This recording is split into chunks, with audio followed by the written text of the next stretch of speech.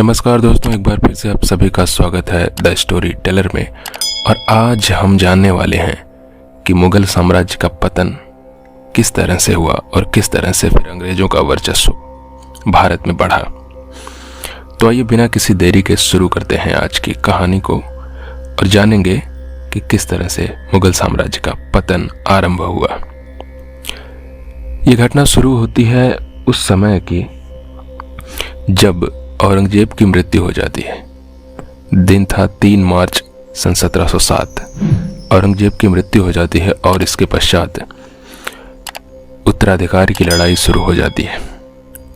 हालांकि औरंगजेब ने ऐसी व्यवस्था करी थी कि उसके पुत्रों में उत्तराधिकार की लड़ाई ना हो, इसलिए उसने वसीयत लिखा था और उसने अपने सबसे बड़े बेटे मुअज्जम को 12 सूबे दिए थे, जिसकी राजधानी दिल्ली थी।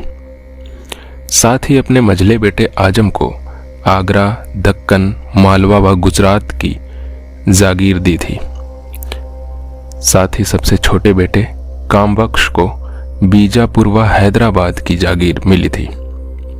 जिस वक्त औरंगजेब की मृत्यु होती है उस वक्त मुअज्जम अफगानिस्तान में जमरूद नामक स्थान पर था और जैसे ही उसे पता लगा कि पिता की मृत्यु हो गई है, उसने तुरंत वहां से प्रस्थान किया और लाहौर के पास जब वो पहुंचा तो उसने अपने आप को बहादुर शाह के नाम से बादशाह घोषित किया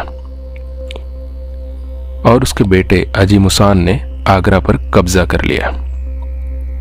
ठीक उसी दौरान आजम अहमदनगर में ही था और औरंगजेब की मृत्यु भी अहमदनगर के किले में ही हुई थी और इसलिए वो पिता के क्रियाकलाप में लगा हुआ था।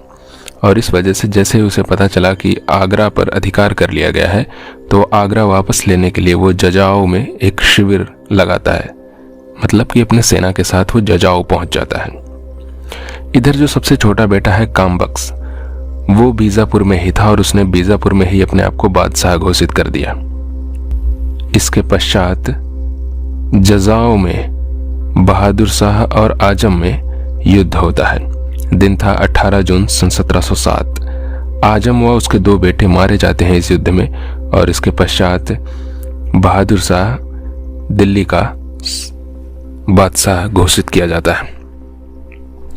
तत्पश्चात सन 1709 में बहादुर शाह ने कामबख्श को भी बीजापुर के युद्ध में पराजित किया, जिसमें कामबख्श व उसके बेटे को मार दिया गया और इसके पश्चात बहादुर शाह शाह आलम फर्स्ट के नाम से सम्राट घोषित हुआ और ये सन 1707 से लेकर के सन 1712 तक रहा।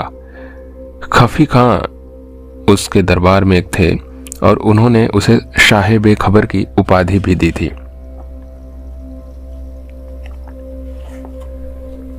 आइए जान लेते हैं थोड़ा सा बहादुर शाह यानी शाह आलम फर्स्ट के विषय में। तो कहा जाता है कि यह बहुत ही सहिष्णु, गौरवपूर्ण और विद्वान व्यक्ति था।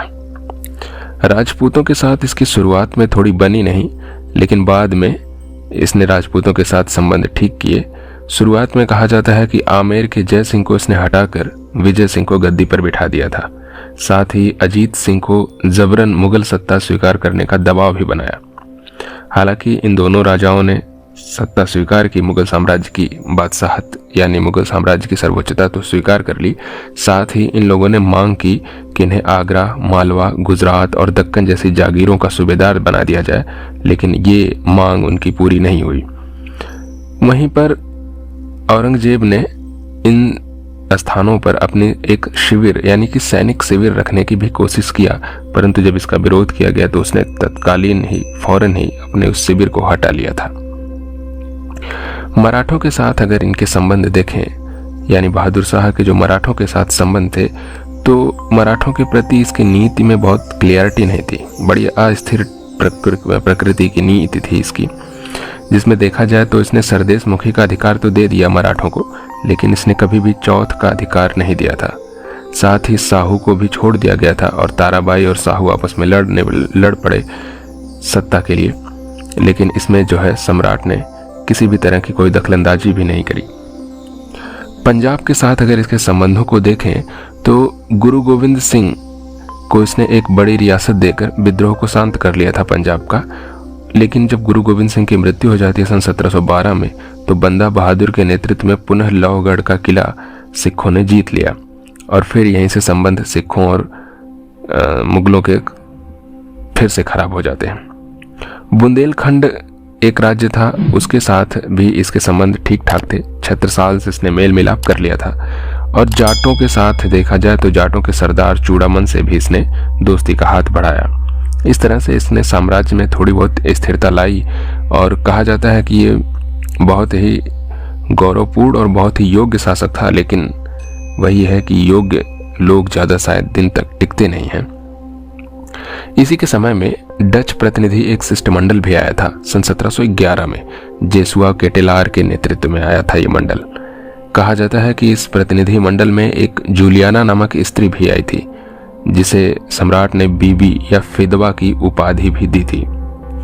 हालांकि इन सब क्रियाकलापों के बावजूद मुगल साम्राज्य को एकता के सूत्र में बांधने में नाकाम रहा और सन 1712 में दुनिया से चल बसा। इसकी मृत्यु के पश्चात ही पुनः एक बार वही पुरानी समस्याएं, उत्तराधिकार का युद्ध मुंह बाए खड़ा था, जहां पर जहांदर शाह, अजीम शान, रफी शान, जमान शाह, ये इसके 4 बेटे थे और चारों आपस में उत्तराधिकार के लिए लड़ पड़े। एक गृह युद्ध जैसी समस्या बनी, लेकिन जहांदर शाह विजयी रहा फाइनली, क्योंकि जहांदर शाह को साथ मिलता है एक अमीर जुल्फिकार खां का, जो बहुत ही शक्तिशाली था। और इस तरह से जहांदर शाह सन 1712 में सम्राट बन जाता है। जुल्फिकार खां उसका वजीर बना और जुल्फिकार खां का पिता असद खां उसका वकील था। कहा जाता है कि ये दोनों, वजीर खां और असद खां, ईरानी अमीरों के नेता थे। इसके समय में अगर संबंध देखें राजपूतों से, तो संबंध जैसे थे वैसे ही रहे। बस इसने जय सिंह को मालवा की सूबेदारी दे दी और मिर्जा राजा की उपाधि भी दी थी। और अजीत सिंह के साथ अगर संबंध देखें तो इन्हें गुजरात की सूबेदारी दी गई और इन्हें महाराजा की उपाधि दी गई। इसके समय में जजिया कर को पुनः समाप्त कर दिया गया।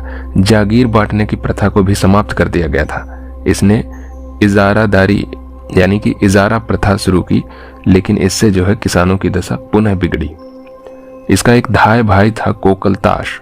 कहा जाता है कि इसने उसे उच्च पद पर आसीन किया था। साथ ही एक बड़ी हास्यास्पद या फिर कह लें एक बहुत ही विचित्र घटना है कि एक वैश्या थी लाल कुंवरी का, जिससे जहांदर शाह जिससे प्रेम करता था, यानी कि उसका दिल आ गया था उस पर। और कहा जाता है कि उसके परिवार की राज दरबार में बहुत चलती थी। उसके परिवार के लोगों को बहुत ही उच्च पद राज दरबार में प्राप्त थे। मराठों के साथ संबंध को अगर देखें इनके, तो सरदेशमुखी का अधिकार तो बहादुर शाह ने दिया था, इसने चौथ का भी अधिकार दिया। साथ ही इसने कहा कि वसूलने का काम अंग्रेज करेंगे और वो मराठों को सरदेशमुखी और चौथ दे देंगे। छत्रसाल और चूड़ामन के साथ संबंध यथावत बने रहे, लेकिन बंदा व सिखों के प्रति इसने दमन की नीति अपनाई। जल्दी ही सन 1713 में इसके भतीजे फर्रुखशियर ने इसको चुनौती दी और फिर सैयद बंधुओं की यहाँ से एंट्री होती है, जिन्हें किंग मेकर की दृष्टि से देखा जाता है। इतिहास में वो इसी नाम से प्रसिद्ध हैं, किंग मेकर। और फिर उनके सहयोग से आगरा का एक युद्ध होता है, जिसमें जहांदर शाह मारा जाता है और फिर फर्रुखशियर सम्राट बनता है सन 1713 में। सैयद बंधुओं में देखें तो ये 2 व्यक्ति थे। एक्चुअली बंधुओं वैसे भी बहुवचन जैसा कुछ लगता है, इसमें 2 व्यक्ति थे। एक था अब्दुल्ला खां, जो कि फर्रुखशियर का वजीर था, और एक था हुसैन अली खां, जो मीर बख्शी था। जुल्फिकार खां को कहा जाता है कि मार दिया गया और उसकी संपत्ति को जब्त कर लिया गया। जजिया तो समाप्त था ही। जय सिंह को इसने सवाई की उपाधि दी और सन 1716 में बंदा को फांसी पर लटका दिया गया। सन 1717 में इसने अंग्रेजों को एक फरमान दिया, जिसके पश्चात अंग्रेजों का व्यापार बहुत तेजी से फला फूला और सैयद बंधुओं ने मराठों से समझौता कर लिया बाद में, और 6 प्रांतों की चौथ व सरदेशमुखी देकर बदले में 15,000 घुड़सवार के द्वारा दक्कन में समर्थन प्राप्त किया। और इसी क्रम में यहीं एक संधि और की गई कि फर्रुखशियर को हटाया जाए गद्दी से, और बालाजी विश्वनाथ की मदद से यह काम किया गया सन 1719 में। दिल्ली की संधि जबरन, कहा जाता है कि जबरन जो है दिल्ली की संधि पत्र पर फर्रुखशियर के हस्ताक्षर लिए गए और फिर उसकी हत्या करवा दी जाती है। फर्रुखशियर की हत्या के पश्चात रफी शान का पुत्र रफी उदरजात शासक बना, जो कि 28 फरवरी से लेकर के 4 जून सन 1719 तक था। कहा जाता है कि यह मुगल साम्राज्य में सबसे कम उम्र तक शासन सत्ता में रहने वाला सम्राट था। इसकी मृत्यु टीबी से हो गई। और इसके समय की अगर कुछ एक प्रमुख घटना अगर देखना हो तो वो सिर्फ एक ही थी कि निकुसियर का विद्रोह इसके समय में हुआ, जो अकबर द्वितीय के पुत्र ने किया था। तत्पश्चात इसके बाद रफीउद्दौला 6 जून को ये शासक बनता है और 17 सितंबर 1719 तक रहा। ये दूसरा कम समय तक रहने वाला शासक था। रफीउद्दौला को ही शाहजहां द्वितीय की उपाधि दी गई थी। इसके बारे में कहावत है कि यह बहुत बड़ा अफीमची व्यक्ति था और इसकी मृत्यु पेचिस नामक बीमारी से हुई थी। तत्पश्चात अब हम देखने वाले हैं कि मोहम्मद शाह को। तो वीडियो काफी लंबी हो जाएगी, कहानी बड़ी हो जाएगी, तो मोहम्मद शाह को हम कल देखेंगे और वहां से देखेंगे किस तरह से मोहम्मद शाह और उसके बारे में बड़ी कहानियां फेमस हैं। यहां तक कहा जाता था कि दरबार में कभी कभी वो नग्न अवस्था में पहुंच जाते थे।